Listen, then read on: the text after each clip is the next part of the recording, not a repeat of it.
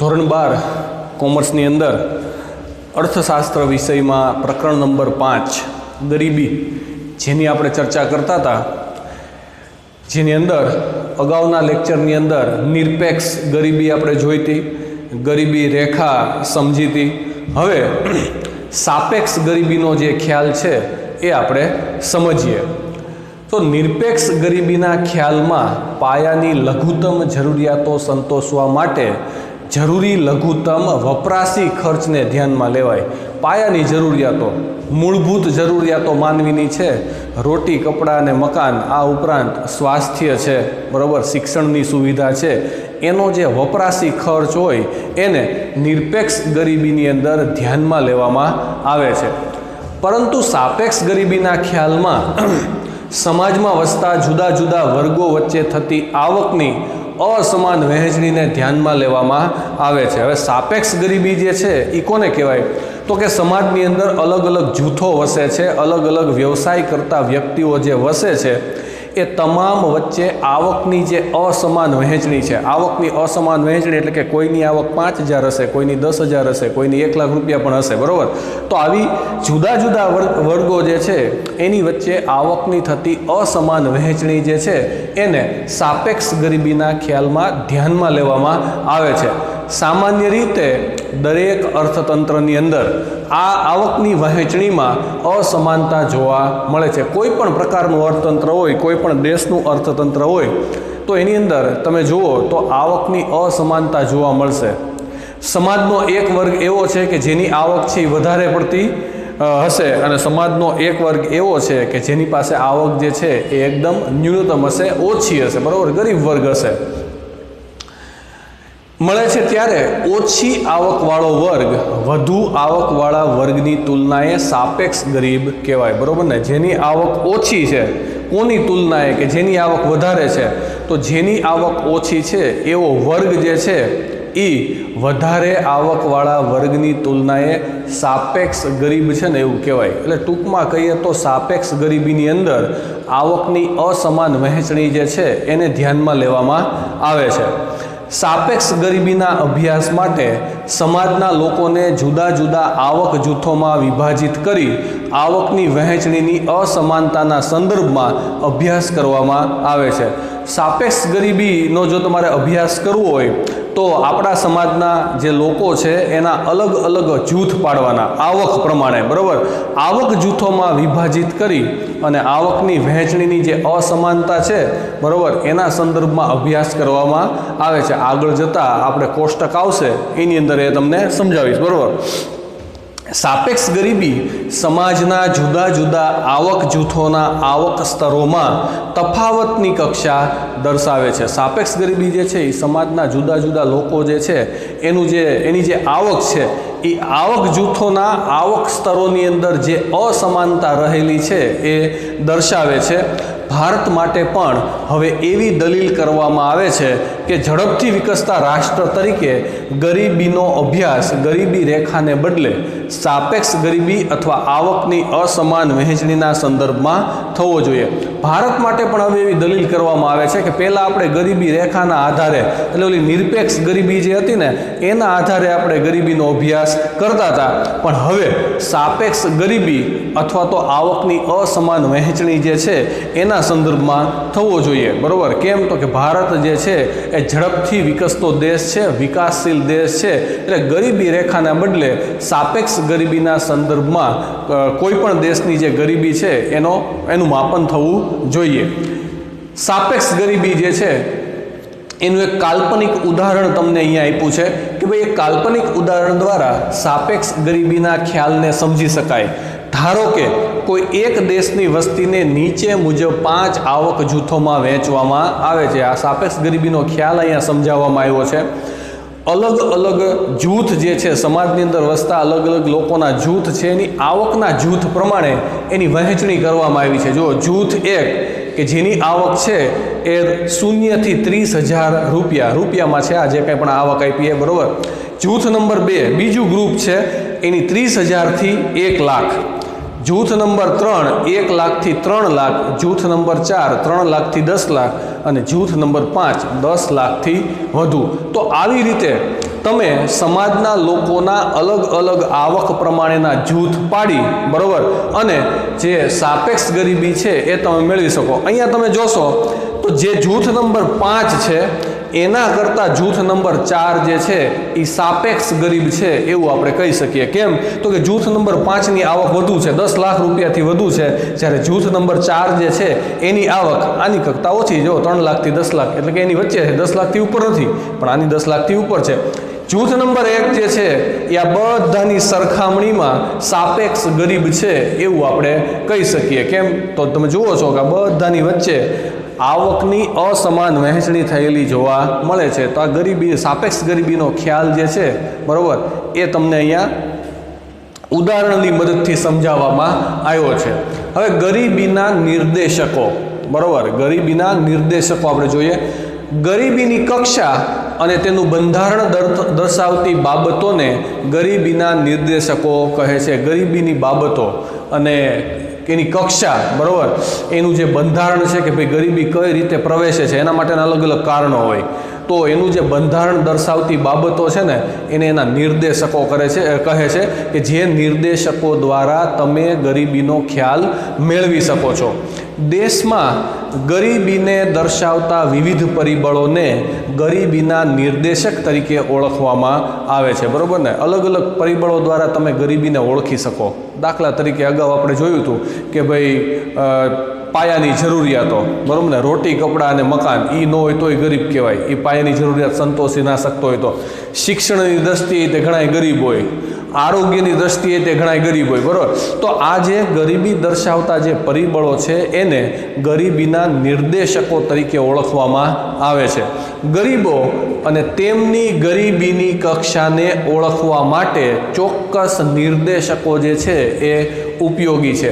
ગરીબીની કક્ષા અને ગરીબી એને ઓળખવા માટે તમારી પાસે ચોક્કસ પ્રકારના નિર્દેશકો હોવા જરૂરી છે, બરોબર, જેના દ્વારા ગરીબીના ચોક્કસ સ્વરૂપ અને પ્રમાણને જાણી શકાય છે. અને ગરીબીના નિર્દેશકો નીચે પ્રમાણે છે. તમે ગરીબીના નિર્દેશકો જે છે, બરોબર, એના ચોક્કસ સ્વરૂપ અને ચોક્કસ પ્રમાણને તમે જાણી શકો. એના જે ગરીબીના નિર્દેશકો છે કે જેના આધારે તમે ગરીબી ગણી શકો અથવા તો એનું માપન કરી શકો, એવા નિર્દેશકો એક પછી એક હવે આપણે અહીંયા જોઈએ. પેલું છે નીચો માથાદીઠ ઘરગથ્થુ વપરાશી ખર્ચ. નીચો માથાદીઠ ઘરગથ્થુ વપરાશી ખર્ચ, ઘરની અંદર જે ચીજ વસ્તુઓનો ઉપયોગ થતો હોય એનો નીચો વપરાશી ખર્ચ. કઈ રીતે? માથાદીઠ ઘરગથ્થુ વપરાશી ખર્ચ તે કોઈ એક વર્ષ દરમિયાન કુટુંબો દ્વારા ખરીદેલી બધી જ વસ્તુઓ અને સેવાઓ, ટકાઉ વસ્તુઓ જેવી કે કાર, વોશિંગ મશીન, કમ્પ્યુટર વગેરેના બજાર મૂલ્યને તે જ વર્ષની વસ્તી વડે ભાગતા પ્રાપ્ત થાય. માથાદીઠ ઘરગથ્થુ વપરાશી ખર્ચ કોને કહેવાય? તો કે કોઈ એક કુટુંબ દ્વારા એક વર્ષ દરમિયાન ખરીદેલી જે ચીજ વસ્તુઓ છે કે સેવાઓ છે, ટકાઉ વસ્તુઓ છે. કેવી ટકાઉ વસ્તુઓ? કાર, વોશિંગ મશીન, કમ્પ્યુટર, બરોબર, એનું જે બજાર મૂલ્ય છે, એની જે કુલ કિંમત છે એને જે તે વર્ષની વસ્તી વડે ભાગીએ એટલે તમને માથાદીઠ ઘરગથ્થુ વપરાશી ખર્ચની ખબર પડે. એક કુટુંબ દ્વારા એક વર્ષ દરમિયાન જેટલી ચીજ વસ્તુઓ ખરીદવામાં આવે એનું બજાર મૂલ્ય અને એને ભાગ્યા તે વર્ષની દેશની વસ્તી, બરાબર, તો જે તમને મૂલ્ય મળશે, જે કાંઈ પણ અમાઉન્ટ મળશે એને શું કહેવાશે? માથાદીઠ ઘરગથ્થુ વપરાશી ખર્ચ.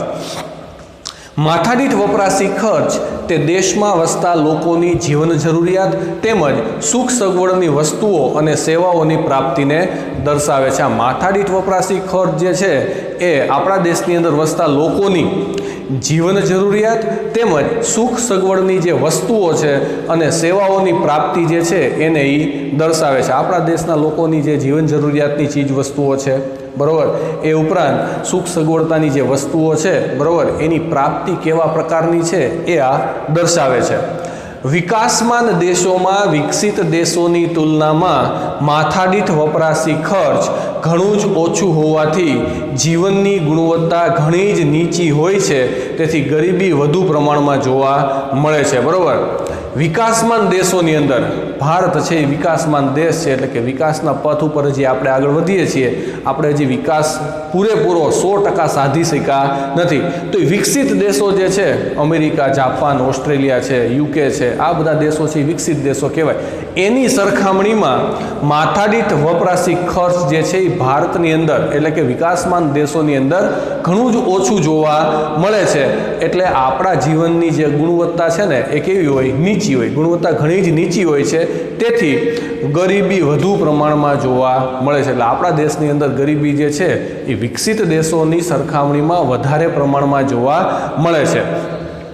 વિશ્વના કેટલાક દેશોમાં માથાદીઠ ઘરગથ્થુ વપરાશી ખર્ચ નીચે મુજબ જોવા મળ્યું હતું. દુનિયાના અલગ અલગ દેશોની સરખામણી આપેલી છે, કોષ્ટક દ્વારા એની રજૂઆત કરેલી છે કે ભાઈ અલગ અલગ દેશોની અંદર માથાદીઠ ઘરગથ્થુ વપરાશી ખર્ચ જે છે એ અલગ અલગ વર્ષની અંદર અલગ અલગ જોવા મળ્યું હતું. બરાબર, આ તમને આપ્યો છે નીચો માથાદીઠ ઘરગથ્થુ વપરાશી ખર્ચ વર્ષ 2005ના સ્થિર ભાવે, બજાર ભાવેની સ્થિર ભાવે, કોઈ એક પણ ભાવ કે કિંમત જે છે ને સ્થિર ધારી લેવાની અને ત્યાર પછી એની સરખામણી. બરાબર, તો 2005ના સ્થિર ભાવે યુએસ ડોલરની અંદર, અમેરિકન ડોલરની અંદર વર્ષ 2014નો ઘરગથ્થુ વપરાશી ખર્ચ અલગ અલગ દેશ માટેનો તમને દર્શાવવામાં આવ્યો છે. બરાબર, યુએસ, બરાબર, યુનાઇટેડ સ્ટેટ અમેરિકા જે છે એનો 31,469 ડોલર ઘરગથ્થુ વપરાશી ખર્ચ છે, જે ઘણો જ ઊંચો છે બીજા બધા દેશો કરતાં. ત્યાર પછી યુકે, યુનાઇટેડ કિંગડમ, ઇંગ્લેન્ડની વાત કરીએ તો 25,828, જાપાન 22,149, પાકિસ્તાન, ચીન અને ભારત. સૌથી ઓછો પાકિસ્તાનની અંદર છે. તો આપણે એવું પણ કહી શકીએ કે ભારત જે છે એના કરતાં પાકિસ્તાન જે છે એ ગરીબ વધુ કહેવાય. બરાબર, કેમ તો કે એનો ઘરગથ્થુ વપરાશી ખર્ચ જે છે એ સૌથી નીચો છે. ચીન છે અને ભારત છે. બરાબર, તો ભારત દેશની વાત આપણે કરીએ તો ભારત દેશની અંદર માથાદીઠ ઘરગથ્થુ વપરાશી ખર્ચ જે છે એ વાર્ષિક કેટલો છે? 725 ડોલર, કે જે અન્ય દેશોની સરખામણીમાં ખૂબ જ નીચો છે. આ ત્રણ પહેલાં જે છે એ વિકસિત દેશો છે અને બાકીના ત્રણ જે છે એ વિકાસશીલ દેશ છે. એમાં પણ ચીન છે એ ભારત કરતાં આગળ છે. બરાબર, જે કાંઈ પણ માહિતી લેવામાં આવી છે એનો જે સ્ત્રોત છે એ વર્લ્ડ બેંક ઓર્ગેનાઇઝેશન જે છે, બરાબર ને, વિશ્વ બેંક જે છે એના અહેવાલમાંથી આ માહિતી લેવામાં આવી છે. આ માત્ર ઉદાહરણ માટે છે, આપણી સમજૂતી માટે છે. ત્યાર પછી કુપોષણનું પ્રમાણ. કુપોષણ, જરૂરી જે ખોરાકની અંદર કેલેરી હોવી જોઈએ, પોષક તત્વો જે હોવા જોઈએ એનો અભાવ. બરાબર, તો એવો ખોરાક જો આપણને ન મળતો હોય તો પણ આપણે સાપેક્ષ ગરીબ છીએ એવું કહી શકાય. જોઈએ આની અંદર કુપોષણ એ એવી પરિસ્થિતિ છે કે જેમાં વ્યક્તિ દ્વારા લેવાતા ખોરાકમાં પૂરતા પ્રમાણમાં કેલેરી, પ્રોટીન, કાર્બોહાઈડ્રેટ, વિટામિન અને મિનરલ્સનો સમાવેશ થતો નથી. કુપોષણ એક પ્રકારની એવી પરિસ્થિતિ છે કે જે કાંઈ પણ ખોરાક આપણે લઈએ છીએ એ ખોરાકની અંદર પૂરતા પ્રમાણમાં, એટલે કે આપણા શરીરની જરૂરિયાત મુજબ એમાં કેલેરી, પ્રોટીન, કાર્બોહાઈડ્રેટ, વિટામિન અને મિનરલ્સ જે છે એનો સમાવેશ થતો નથી. બરાબર ને, આ બધા તત્વો જે છે એ આપણા ખોરાકમાં હોય નહીં. એટલે આપણે જે ખોરાક લઈએ છીએ એના હિસાબે આપણે કુપોષણનું ભોગ બનવું પડે.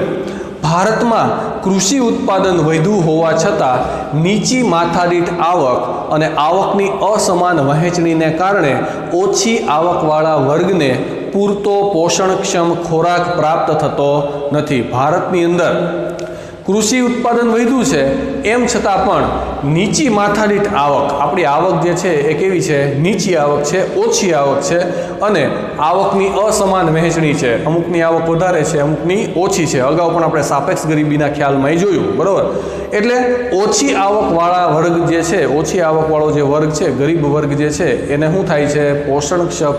પોષણક્ષમ ખોરાક જે છે એ પ્રાપ્ત થતો નથી. અને ભારતની અંદર કુપોષિત વ્યક્તિઓ જે છે એની સંખ્યા વધારે છે. આગળ જતાં હમણાં આપણે જોશું કે ભારતની અંદર કુપોષિતનું પ્રમાણ કેટલું છે. ત્યાર પછી આ તમને કોષ્ટક દ્વારા સમજાવવામાં આવેલું છે કે ભાઈ કયા વર્ષની અંદર ટકાવારીની અંદર ભારત દેશની અંદર કુપોષિત વ્યક્તિઓનું પ્રમાણ જે છે એ કેટલું હતું. બરાબર, આર્થિક સર્વે નેશનલ સેમ્પલ સર્વે ઓર્ગેનાઇઝેશન જે છે વર્ષ 2015-16 એના દ્વારા આ માહિતી એકત્રિત કરી અને પ્રકાશિત કરવામાં આવી છે. એનો આ એક ભાગ છે. વર્ષ 1990 થી 92 2 વર્ષની અંદર બરોબર 23.7 એટલે દર 100 વ્યક્તિઓએ 23 વ્યક્તિઓ જે છે એને પોતાના ખોરાકની અંદર જરૂરી કેલરી, કાર્બોહાઈડ્રેટ્સ, વિટામિન્સ જે છે એ મળતા નહોતા અને કુપોષણનો ભોગ બનતા હતા.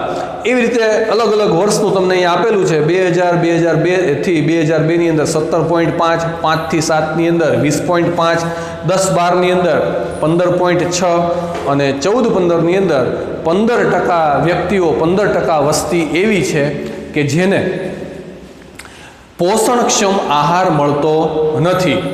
આગળની હજી વાત કરીએ નિર્દેશકની. અપેક્ષિત આયુષ્ય અને બાળ મૃત્યુ દર. બરોબર, અપેક્ષિત આયુષ્ય અને બાળ મૃત્યુ દર જે છે એ પણ એક ગરીબીનો નિર્દેશક છે. જન્મ સમયે અપેક્ષિત આયુષ્ય એટલે નવું જન્મેલું બાળક સરેરાશ કેટલા વર્ષ જીવશે તેની અપેક્ષા. જન્મ સમયે કોઈ નવું બાળક જન્મેલું જે છે એ સરેરાશ કેટલા વર્ષ જીવશે અથવા તો કેટલા વર્ષ એ જીવશે એવી જે અપેક્ષા છે, બરોબર, એને શું કહેવાય? અપેક્ષિત આયુષ્ય. દેશમાં વસતા લોકોનું સરેરાશ અપેક્ષિત આયુષ્ય નક્કી કરવામાં પૂરતો પોષણક્ષમ આહાર, સ્વચ્છતા, પીવાનું શુદ્ધ પાણી, સ્વાસ્થ્ય સેવાઓ વગેરે પર આધાર રાખે છે. આપણા દેશની અંદર વસતા જે લોકો છે એનું સરેરાશ અપેક્ષિત આયુષ્ય નક્કી કરવું હોય તો એ શેના આધારે નક્કી કરી શકાય? તો કે એને જે પૂરતો પોષણક્ષમ આહાર મળે છે, સ્વચ્છતા કેવા પ્રકારની છે, પીવાનું શુદ્ધ પાણી જે છે એ કેટલું મળે છે, સ્વાસ્થ્યની સેવાઓ, તબીબી સેવાઓ કેવા પ્રકારની ઉપલબ્ધ છે, એના ઉપર અપેક્ષિત આયુષ્ય જે છે એ આધાર રાખે છે. ગરીબ વ્યક્તિઓ આ પ્રકારની સગવડો ઓછી પ્રાપ્ત કરતા હોવાથી તેમનું સરેરાશ આયુષ્ય નીચું હોય છે. જે લોકો ગરીબ છે એને આવી બધી પ્રકારની સગવડતાઓ જે છે એ બહુ ઓછી પ્રાપ્ત થતી હોય એટલે ગરીબ લોકોનું જે અપેક્ષિત આયુષ્ય છે એ નીચું જોવા મળે છે. બાળ મૃત્યુ દર એટલે દર 1000 જીવિત જન્મતા બાળકોમાંથી 1 વર્ષના ઓછા સમયગાળામાં મૃત્યુ પામતા બાળકોનું પ્રમાણ છે. બાળ મૃત્યુ દર કોને કહેવાય?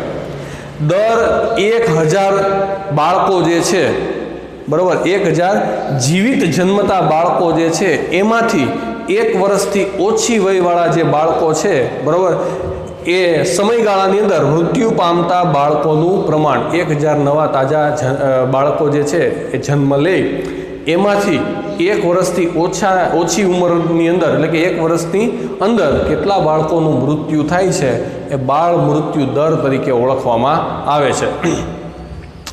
બાળ મૃત્યુ દરનું પ્રમાણ સ્વાસ્થ્ય સેવાઓની ઉપલબ્ધતા, માતામાં શિક્ષણનું પ્રમાણ, બાળકોમાં રસીકરણ, પોષણક્ષમ આહાર વગેરે બાબતો પર રહેલો છે. હવે બાળ મૃત્યુ દર જે છે ને એ પાછી કઈ બાબતો ઉપર આધાર રાખે? તો કે જન્મ સમયે, બરાબર, અથવા તો આપણા બાળકોને જે સ્વાસ્થ્યની સેવાઓ કેવા પ્રકારની ઉપલબ્ધ છે, તબીબી સેવાઓ કેવા પ્રકારની મળે છે, એ માતામાં શિક્ષણ કેવા પ્રમાણમાં છે, બરાબર, માતા કેટલી શિક્ષિત છે બાળકની, બાળકોમાં રસીકરણ, બરાબર ને, અલગ અલગ પ્રકારની જે રસી આપવામાં આવે છે એ કેટલી આપવામાં આવે છે, કેવા પ્રકારની આપવામાં આવે છે. ત્યાર પછી પોષણક્ષમ આહાર, આ બધી બાબતો જે છે એના ઉપર બાળ મૃત્યુ દરનું પ્રમાણ જે છે એ રહેલું છે.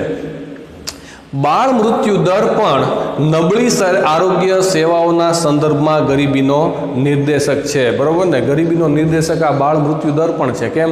તો કે નબળી તબીબી સેવાઓ આપવામાં આવે, આરોગ્ય વિષયક સગવડતાઓ પૂરતા પ્રમાણમાં મળતી ન હોય તો પણ જે બાળ મૃત્યુ દર છે એ ઊંચો હોય. ત્યાર પછીની સ્લાઇડમાં આપણે જોઈએ કે આ તમને બાળ મૃત્યુ દર અને અપેક્ષિત આયુષ્ય અલગ અલગ દેશોનું આપેલું છે, બરાબર. અપેક્ષિત આયુષ્ય વર્ષમાં 2014નું અલગ અલગ દેશ માટેનું આપેલું છે અને એની સામે બાળ મૃત્યુ દર જે છે એ પણ 2014નો તમને આપેલો છે. નોર્વેની અંદર અપેક્ષિત આયુષ્ય, સરેરાશ આયુષ્ય સૌથી વધારે છે, 81 0.6 વર્ષ, અમેરિકામાં 79, શ્રીલંકામાં 74, ચીનમાં 75 અને ભારતની અંદર 68 વર્ષ જે છે એ અપેક્ષિત આયુષ્ય છે. એવી રીતે બાળ મૃત્યુ દર 1000 બાળકોએ નોર્વેની અંદર બરાબર 1 વર્ષની અંદર મૃત્યુ પામતા બાળકોની સંખ્યા માત્ર 2 છે. સામે ભારતની અંદર તમે જુઓ તો દર 1000 બાળકોએ 1 વર્ષથી નીચેની જેની ઉંમર હોય એવા 39 બાળકો જે છે એ મૃત્યુ પામે છે.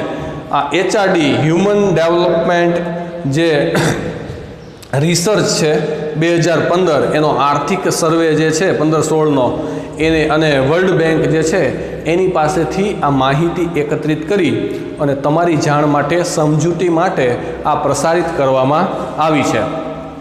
ત્યાર પછી તબીબી સગવડો. સ્વાસ્થ્ય ક્ષેત્રે ડોક્ટરો, નર્સ, કમ્પાઉન્ડર વગેરે કર્મચારીઓનો સમાવેશ થાય છે અને તેની અછત સ્વાસ્થ્ય સેવાઓને પ્રતિકૂળ અસર કરે છે. સ્વાસ્થ્ય ક્ષેત્રે, આરોગ્ય ક્ષેત્રે ડોક્ટરો છે, નર્સ છે, કમ્પાઉન્ડર છે, આ બધા કર્મચારીઓનો સમાવેશ થાય અને તેની અછત જે છે ને, ડૉક્ટરોની અછત હોય, નર્સની અછત હોય, કમ્પાઉન્ડરોની અછત હોય તો એ આરોગ્યની સેવાઓ છે ને એને પ્રતિકૂળ અસર કરે. સીધી રીતે એને અસર કરે ને, ડૉક્ટર જ ન હોય તો જેટલા પ્રમાણમાં ડૉક્ટર જોઈએ એટલા ડૉક્ટર છે નહીં તો આપણી તબીબી સારવાર સેવાઓ જે છે એને અસર કરશે. ભારતમાં આંતરરાષ્ટ્રીય તુલનાએ તબીબી સગવડો અને ડૉક્ટરોની અછત જોવા મળે છે. અન્ય દેશોની તુલનાએ ભારત દેશની અંદર ડૉક્ટરો જે છે એની અછત જોવા મળે છે. વિકસતા ગરીબ દેશોમાં લોકોને તબીબી સગવડો ઓછી હોય છે, બરાબર ને. વિકસતો જે ગરીબ દેશ છે, ભારત જેવો દેશ હોય તો એની અંદર તબીબી સેવાઓ જે છે એ ઓછા પ્રમાણમાં મળે છે. તેઓ વારંવાર અનેક રોગનો ભોગ બને છે. આવા ગરીબોને પૂરતો પૌષ્ટિક ખોરાક મળતો નથી. ડૉક્ટરોની અછત હોય એક બાજુ, બરાબર, એને તબીબી સારવાર ઓછી મળતી હોય એટલે વારંવાર અનેક પ્રકારના રોગ જે હોય એનો ભોગ બને અને આવા ગરીબ જે હોય એને પૂરતો પૌષ્ટિક ખોરાક મળતો નથી. પરિણામે તેમની રોગ પ્રતિકારક શક્તિ ઓછી હોય છે. એટલે એની રોગ પ્રતિકારક શક્તિ જે છે એ ઓછી હોય કારણ કે કુપોષણનો ભોગ બનતા હોય. દેશમાં આરોગ્ય વિષયક સેવાઓ ઓછી હોય છે. આરોગ્ય વિષયક સેવાઓ, સ્વાસ્થ્યને લગતી સુવિધાઓ જે છે એ કેવી હોય? ઓછી હોય. લોકો આવી સેવાઓથી વંચિત રહે છે. લોકોને આવી સારી સ્વાસ્થ્યની સગવડતાઓ જે છે એ મળતી નથી. પરિણામે ગરીબી વધારે હોય છે અને એના હિસાબે શું થાય? ગરીબી છે એ વધારે જોવા મળે. પૂરતો ખોરાક ન મળતો હોય, તબીબી સારવાર ન મળતી હોય, જોઈએ એવું એને ટૂંકમાં જ્યારે જોઈએ ત્યારે એવા પ્રકારની અમુક દવાઓ નહીં મળતી હોય એટલે એ લોકો જે છે એ ગરીબ હોય છે. વિકસતા દેશોમાં દર 6000ની વસ્તી માટે એક ડૉક્ટરની સેવા ઉપલબ્ધ છે. આપણા ભારત જેવા વિકાસશીલ દેશો જે છે એની અંદર દર 6000ની વસ્તીએ એકમાત્ર ડૉક્ટર છે એ ઉપલબ્ધ છે. જ્યારે વિકસિત દેશોમાં દર 350ની વસ્તી માટે એક ડૉક્ટરની સેવા ઉપલબ્ધ છે. વિકસિત દેશો અમેરિકા, ઇંગ્લેન્ડ, જાપાન, બરાબર, ઓસ્ટ્રેલિયા, આ બધા દેશોની અંદર દર 350ની વસ્તીએ એક ડૉક્ટર જે છે એ ઉપલબ્ધ હોય છે. વિકસતા દેશોમાં દર વર્ષે લગભગ 1.7 કરોડ લોકો ડાયેરિયા, મલેરિયા, ક્ષય જેવા રોગથી મૃત્યુ પામે છે. બરાબર, જે વિકસતા દેશો છે ભારત જેવા એની અંદર દર વર્ષે 1.70 કરોડ લોકો જે છે એ સામાન્ય બીમારી, ડાયેરિયા છે, મલેરિયા છે, ક્ષમ, દમ છે, બરાબર, એવા રોગોથી મૃત્યુ પામે છે. દુનિયામાં લગભગ 2.3 કરોડ લોકો એઇડ્સના ભોગ બન્યા છે અને એમાંથી 90% વિકસતા દેશોમાં છે. દુનિયાના 90% લોકો જે છે, લગભગ 2.3 કરોડ લોકો જે છે એ એઇડ્સ જેવી બીમારીનો ભોગ બન્યા છે અને એમાંથી 90% લોકો જે છે એ ક્યાં છે? વિકસતા દેશો જે છે ત્યાં રહેલા છે. એટલે તબીબી સગવડો. ત્યાર પછીની સ્લાઇડ છે પીવાનું પાણી. તો હવે આ જે નિર્દેશકો ગરીબીના છે એ આની પછીના લેક્ચરની અંદર ફરી પાછા આપણે જોશું.